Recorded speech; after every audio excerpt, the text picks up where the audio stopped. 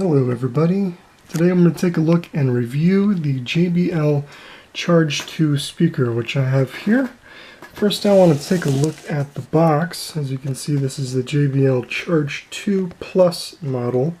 Portable Bluetooth speaker, and I got some information here. As you can see on the side, what differentiates this model from previous models is you're able to actually plug your phone into the USB located on the back. And that'll allow you to charge your phone just like you would with a wall charger. The back of the box here, you can see this is obviously Bluetooth compatible. It should work with almost any Bluetooth compatible device as long as you can sync it. You have 12 hours playtime. I found that the 12-hour estimate is very accurate. It's splash proof or water resistant, meaning it shouldn't stop working if it gets in the water for a little bit. And we have a 6,000 milliamp hour battery with the USB charge out. And this will also work as a speakerphone, so you can take phone calls on it. Now, the phone calls won't be the highest quality because the microphone is very small on this device. But it is functional, and I had an easy time with the phone calls I did make. Over here on the other side of the box, you'll see that we have social mode, which will allow you to sync multiple devices and everyone can kind of take their turn playing a song.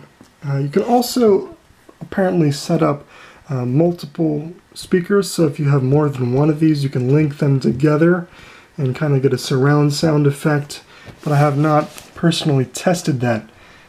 Now at the top of the device you'll see here we have a power button that'll turn it on. These right here are your battery LED indicators. As your battery goes down, these will drop off. You also have the Bluetooth. That'll allow you to enter a sync or pair mode. This will be here, this button here is for the social mode.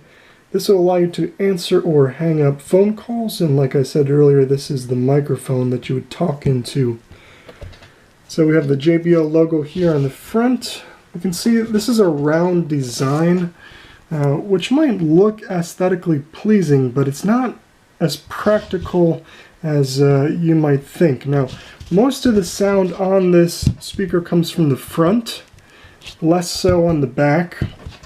But the main problem with this being a round speaker is that we have here on the bottom a very narrow, flat stand. And what I've found is, after several months of use, this thing is very prone to getting knocked over, and if it does get knocked over, it'll go rolling and it might fall off a table, or in my case, I had it fall from the top of a staircase down about 10 feet to the ground. Now, it still works.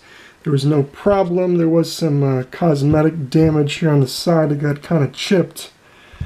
But overall, it's very durable from what I've experienced. Now, I don't want it to drop again. So you just got to be very careful with what surface you put this on, and if you have any kids, you might want to keep them away from it.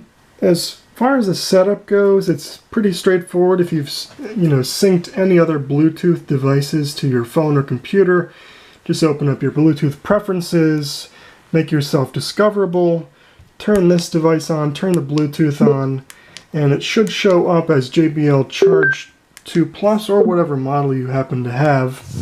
And then you can simply hit the sync button and you should be ready to play music. Now, this is not a paid endorsement. You can see here I paid $120 for this. That was back on May 28th, 2016. So I have had this for a few months now. And overall, I think I did overpay at $120 on this, considering other Bluetooth speakers that are on the market for a cheaper price.